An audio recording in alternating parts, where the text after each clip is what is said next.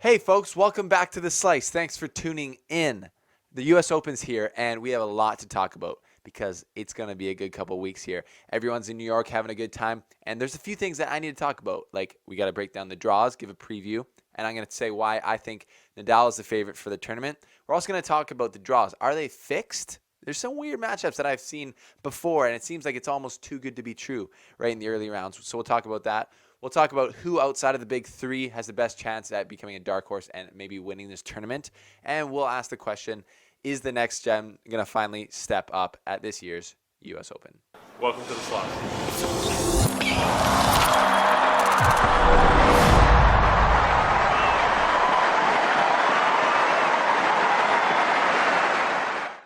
Thanks for tuning in, folks. Thanks for tuning in. How are ya?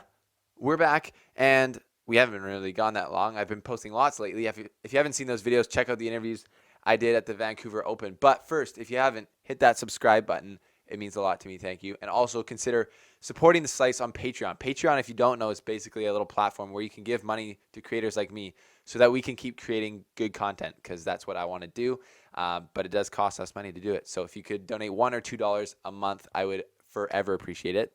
Also, a little bit of a, not really a job, but like a job opportunity for my Slice fans. I have an Instagram account, which if you aren't following yet, you definitely should. It's at the Slice Tennis. But I'm looking for somebody to help me post memes, make funny tennis posts, and just post pictures and videos in a timely manner. And it would be paid. So if you think that you are up for that and you got the skills to do that and you love tennis, obviously, then hit me up in the DMs of my Instagram account and we'll see what you can do. But now let's get into this tournament.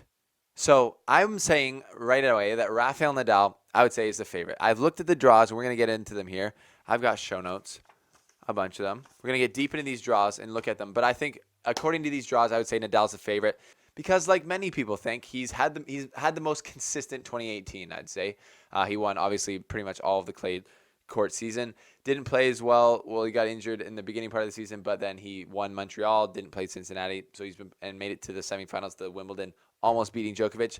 So he's had a great 2018. He's the best player on the planet right now as far as ranking, and it's kind of debatable who's hotter right now coming to the US Open. But I would say because Nadal won here last year, slower courts, higher bounce, favors him. He's won this 3 times now. I'm saying he's a favorite. But it's obviously a close second with Djokovic, I would say now, because he won Cincinnati and he won Wimbledon and he's looking really good.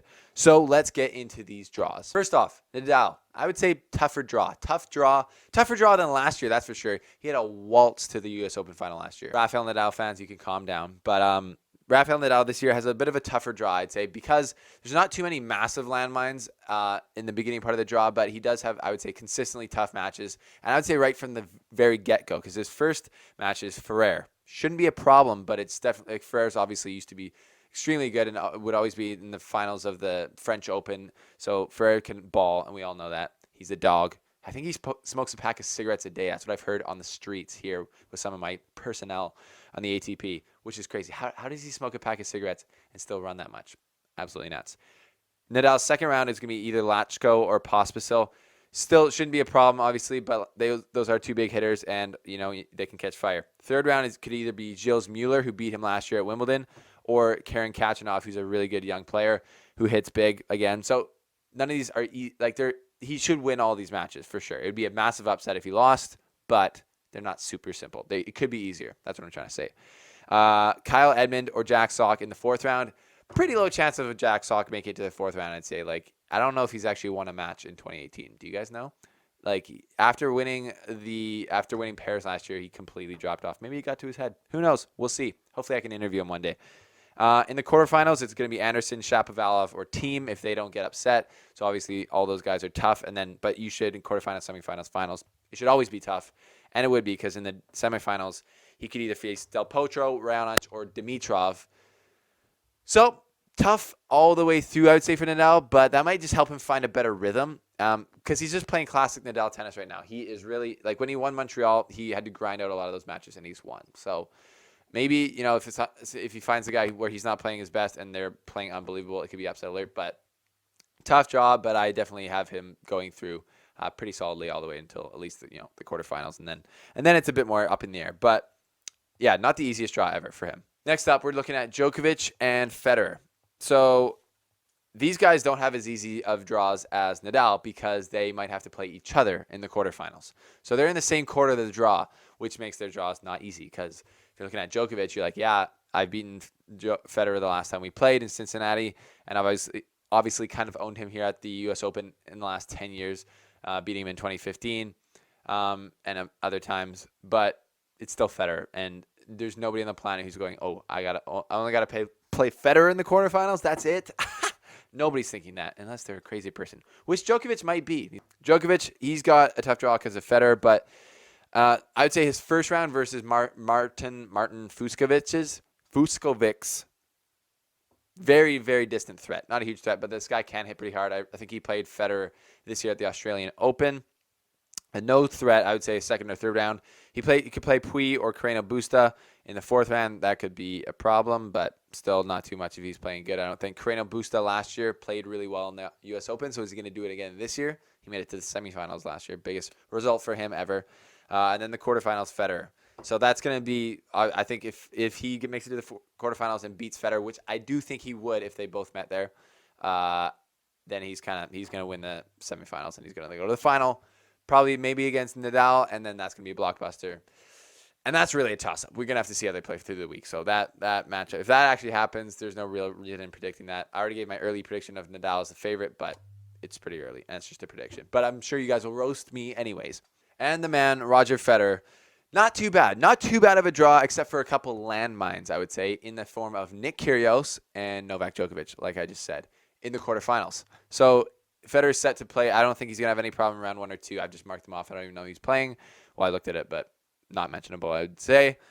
No disrespect. But he's playing Kyrgios in the third round unless Kyrgios loses. And obviously that's not a walk in the park, and that nobody wants to play a guy like Kyrgios in the third round. So Kyrgios hasn't been playing that great or consistently lately, but we'll see. We will see. So if he can dodge that hurdle, I think the fourth round's no problem for Federer. And then it's the Djokovic question, which is obviously I'd say his toughest match. His toughest opponent could be at the tournament would be Djokovic. So that's going to be the biggest test for him. I was thinking about this in the Cincinnati final. He is not playing like he did last year in 2017. When Federer came back off of injury in the Australian Open 2017, he was playing this brand of tennis that was just absolutely baller. I mean, he was just swinging for the fences. I mean, he was taking the ball so early and just playing aggressively and hitting the ball so clean. It was almost unbelievable. That's why I made that video, why Roger Federer's comeback in 2017 is so crazy. Because it is crazy. It didn't make sense. But he's really, now that there's the expectation of him playing well, I think you can kind of see him being in his head a lot more, I think. And he's not being as aggressive, or when he does, he's not kind of doing it in the right way, I guess. I don't know. His backhand doesn't look anywhere near as confident as it was at the beginning last year. But he's a year older, and he's a year of playing under his belt. When he took 6 months off, he looked refreshed out there, and he was moving so well and hitting so well, and everyone's like, he looks like he's 25. He never really did. Can we talk about that for a quick second? Like, people say Federer's moving as good as he used to. That's not true. Like, what? Like, maybe he is. He's just moving probably smarter now. Like, he doesn't take – if you watch him live like I did, or you can watch this on TV too, but one of the things I noticed in Indian Wells was his footwork is just – like when he jumps, when he moves his feet back to maybe run around a forehand a little bit, when he lands with his feet, that's where he takes off from. And there's no little steps in there unless he has to move to get somewhere. But it's like watching Steph Curry get his feet set for a three-point. It's absolutely no energy lost. And I think he just moves smarter. But there's no way he's faster than he was when he was 25. That's just ridiculous. But obviously he's playing so great last year in 2017. I just didn't see him play like that way against Djokovic. I don't know why. Like, I'm sure he's probably thinking about that too. But I think if he's going to have a good result at the U.S. Open, Federer has to play free, has to play super aggressive, and rely on his serve. His serve has been good. And somebody said it in the comments a while ago, which was actually kind of true, even though I'm a Fed fan, and it kind of hurt. He's like, if it wasn't for Federer's serve, he wouldn't have won all these majors, blah, blah, blah, blah, blah. I'm like, that's such a stupid thing to say. It's like the biggest part of tennis is serving. So... Oh, yeah, Federer's the best server ever. Yeah, if he didn't have that, he wouldn't rely. Yeah, if Djokovic couldn't move as well, he wouldn't be as good of a player. Like, if Nadal didn't have such a crazy topspin forehand and great clay game. Like, that's dumb, but it's true that the older Federer gets, I think he can rely on his insane serve even more to get through matches where it's maybe tight. So he's got to serve well, play super aggressive, and play free and hit for the fences and not let those guys not get in super long rallies again. I hate when people say that because he can out-rally people. It's fine, but he's playing the best when he's playing aggressive and he doesn't want to get in those rallies. That's what I mean. So that's Federer Nadal's Djokovic's draws. Each are different, and we're going to have to see how they move through the tournament with them. But I would like to ask a question here. Do you think the draws are fixed in any ways? I have no clue how these get made, but Brad Gilbert once tweeted at me a while back before anyone was following and said I was crazy for thinking that they were fixed. But like we got Djokovic and Nadal on opposite sides of the draw, which makes sense because Nadal's the number 1 seed, so he should have maybe the easier side. But that's setting it up for a Djokovic-Nadal final, which is probably what kind of a lot of people want right now because they're the 2 hottest players in the world for sure, and they probably get the best final out of that. I mean, obviously Federer would too, but maybe they're giving up on Federer. Maybe they're trying to get rid of him. Who knows? What do you guys think? Let me know in the comments. But also we have this is more for Canadian fans, but Denis Shapovalov is playing this young qualifier named Felix Auger-Aliassime.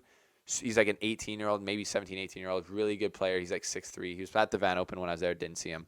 But they're playing first round, so it's like obviously all the fans that are in the Canadian fans that are in the U.S. are just going to go nuts and be at that match going crazy, and it's a first round match. It's like kind of setting it up, to draw more people in the first day of the tournament. Who knows? Like that seems a little bit fixed. And then Dimitrov is playing Wawrinka again in the first round.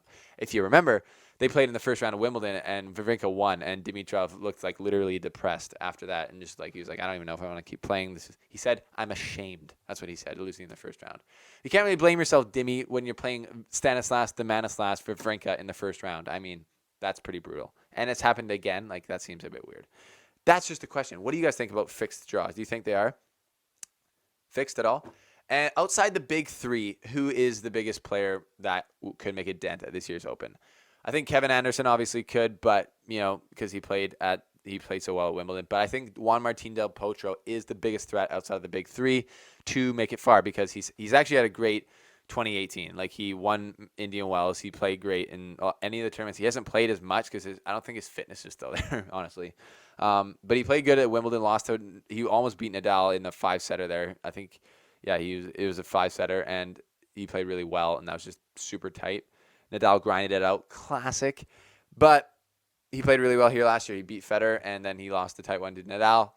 Not really actually that tight, but yeah, he could obviously do the most damage. But all eyes, Federer, Nadal, Djokovic, because they're the big 3. So a few days ago, I let out, or in the last video I posted, I said, send in your videos on YouTube about your predictions for the U.S. Open. So we got one of them here from Fernando down from Costa Rica. We're checking in on Costa Rica to see what the slice is down there. Fernando?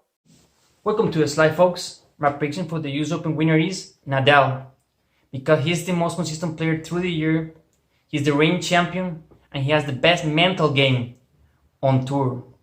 Vamos, Rafa! Thanks for sending that in. Next time, if I do a poll, that's all you got to do. Upload it with the same title that I ask, and then I'll be able to see it. Hope I saw everyone's, but anyways, that was cool, and yeah, look for that next time. So a lot of big questions are going to be answered in the next 2 weeks here at the US Open. Is the next gen going to finally break out and maybe make it really deep in here? Is Alexander Zverev going to show up in a major? Is Kyrgios going to do something? We'll see, and that's why it's so exciting, because the bright lights are on. The night sessions are about to start rolling, and we're all going to be watching. And you got to stay tuned to the slice, because I'm going to keep you updated on all the action. I'm here for the whole 2 weeks, and we're going to be getting into it big time. So thanks for watching. Make sure you hit that subscribe button, and I will see you when the action gets rolling. Hey, folks, thanks for watching the slice. Click here to watch my interview with the bad boy of tennis, Dan Evans, talking about his comeback from his suspension for cocaine. And he just won the ATP Challenger in Vancouver, and he's looking pretty good. We're going to see him back hopefully beginning of next year on the big stages.